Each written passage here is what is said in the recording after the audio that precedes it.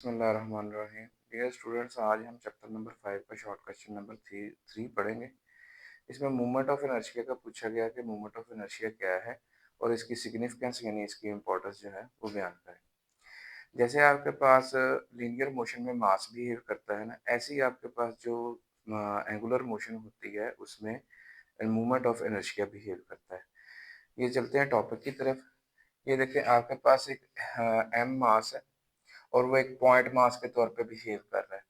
ठीक है, और ये एक्सिस ऑफ रोटेशन है। ये इससे किसी फासले पे, आर फासले पे जो है ऐसे एक जो है कर्व्ड पाथ पे मूव कर रहा है। इसका जो मोमेंट ऑफ इनर्शिया होगा वो एम आर स्क्वायर के इक्वल होगा। अच्छा, ये तो था पॉइंट मास के लिए। अगर आपके पास हो मास डिस्ट्रीब्यूशन, जैसे मास डिस्ट्रीब्यूशन हम कब कब लेंगे, जब एक्सेस ऑफ रोटेशन जो है वो किसी रिजिड बॉडी के अंदर से पास हो। ठीक है, तो इस एक्सेस ऑफ रोटेशन से ये एक्सेस ऑफ रोटेशन है। अच्छा, ये किसी रिजिड बॉडी में से पास हो गया। अब ये रिजिड बॉडी है, इस एक्सिस ऑफ रोटेशन के गिर्द घूम रही है। आपको पता है कि हमने इसके मुख्तलिफ मासेस लिए हैं कि ये M1 है, ये M2 है, ये Mn है। तो ये जो मासेस हैं ये एक्सिस ऑफ रोटेशन से डिफरेंट फासले पे हैं।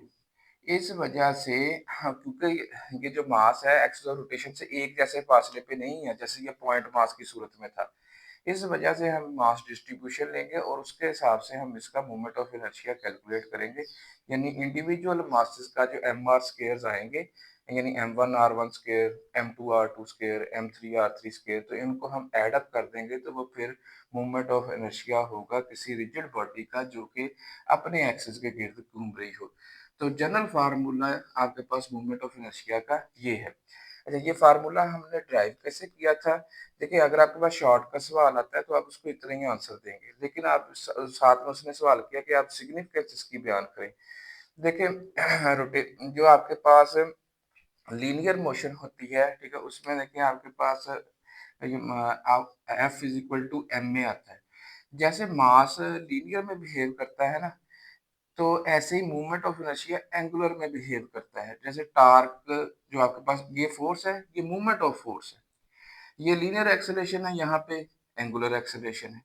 ये जो एम आर स्क्वायर लिखा हुआ है ना, यही मूवमेंट ऑफ इनर्शिया है। ये मास का रोटेशनल एनालॉग है। मास बिहेव कैसे करता है कि अगर एक ऑब्जेक्ट का मास थोड़ा है, इसका मतलब है कि उसका जो इनर्शिया है वो कम है। इनर्शिया कम होने का मतलब ये है कि वो अपनी अ, जो उसमें स्टेट ऑफ मोशन और स्टेट ऑफ रेस्ट में जो चेंज आती है वो उसको रेजिस्ट कम करेगा। यानी वो आसानी से हम उसको मूव कर सकते हैं, आसानी से उसको रोक सकते हैं। इसी तरह जो है मूवमेंट ऑफ इनर्शिया यानी M I is equal to M R square, ये सर्कुलर मोशन में या ऑर्बिटल मोशन में मास के जैसे लीनियर में मास बिहेव करता था, इधर की ऐसे बिहेव करेगा। यानी अगर किसी जिस्म का मूवमेंट ऑफ इनर्शिया थोड़ा होगा तो उसको मोशन में लाना भी आसान होगा, उसको रोकना भी आसान होगा। अगर किसी जिस्म का मूवमेंट ऑफ इनर्शिया ज़्यादा होगा, उसको मोशन में लाना भी मुश्किल, यानी वो रेजिस्ट ज़्यादा करेगा, उसको रोकना भी मुश्किल। तो चलते हैं कि ये अब जो मैं पढ़ाने लगा हूँ ये इसकी एक्सप्लेनेशन है। ये आपके शॉर्ट आंसर का जो है वो नहीं है, ये सिर्फ बच्चों को समझाने के लिए कि हम याद दिलाने के लिए कि हमने ये जो एम आर स्क्वायर फार्मूला था मूवमेंट ऑफ इनर्शिया का, ड्राइव कैसे किया था। ये देखें, ये फोर्स लग रही है इस मास पे, तो ये इस मास में लीनियर एक्सेलरेशन ए पैदा करेगी फोर्स की डायरेक्शन में। तो एफ इज इक्वल टू होगा एम इंटू ए। ये लीनियर एक्सेलरेशन को ही हम यहाँ पे टेंजेंशियल एक्सेलरेशन कहते हैं, क्योंकि ये इस कर्व्ड पाथ के साथ यहाँ पे देखिए टेंजेंट बना रहा है। तो tangential acceleration is equal to R into angular acceleration, ये हमने फार्मूला पढ़ा हुआ है।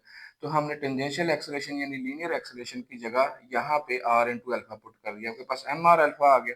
ये फोर्स का रिलेशन है।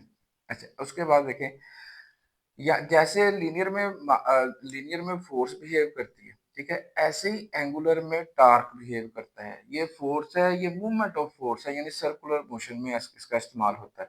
अब ये आपके पास एक सर्कुलर मोशन है, तो यहाँ पे टार्क जो है, ये देखिए टार्क किसके बराबर होता है, ये आर क्रॉस एफ के बराबर होता है। आर क्रॉस एफ के बराबर। अच्छा, अच्छा, अब आर क्रॉस एफ को अगर हम खोलें तो उसका आंसर आता है आर एफ साइन थीटा।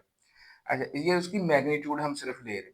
अगर थीटा एंगल 90 हो, ठीक है, जैसे कि यहाँ पे शो किया गया है, तो साइन 91 होने की वजह से आपके पास सिंपल रिलेशन रह गया आर इंटू एफ। इसमें ये आर है, ये एम आर अल्फा जो है एफ की वैल्यू।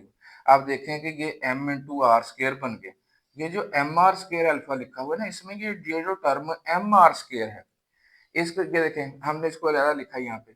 देखिए ये हम यहाँ तक इस रिलेशन तक तो हम पहुंच गए। अब यहाँ देखिए, यहाँ है लीनियर एक्सेलरेशन, उसकी जगह एंगुलर मोशन में आ गई एंगुलर एक्सेलरेशन। यहाँ पे है फोर्स, यहाँ पे उसका जो है rotational analogue movement of force, जिसको हम क्या कहते हैं, टार्क कहते हैं। ये मास है, मास का रोटेशनल एनालॉग ये बनता है। इसीलिए हम कहते हैं कि ये मूवमेंट ऑफ इनर्शिया जो है ये ऐसे ही बिहेव करता है जैसे लीनियर मोशन में मास बिहेव करता है। तो इसी एम आर स्क्वायर को हम मूवमेंट ऑफ इनर्शिया कहते हैं। लेकिन ये है ये जो एम आर स्क्वायर इसका फार्मूला है, ये उस वक्त है जब हम इसको पॉइंट मास लेते हैं। जब इस मास डिस्ट्रीब्यूशन लेंगे तो ये जनरल फार्मूला है मूवमेंट ऑफ इनर्शिया का। Hopefully answer the question.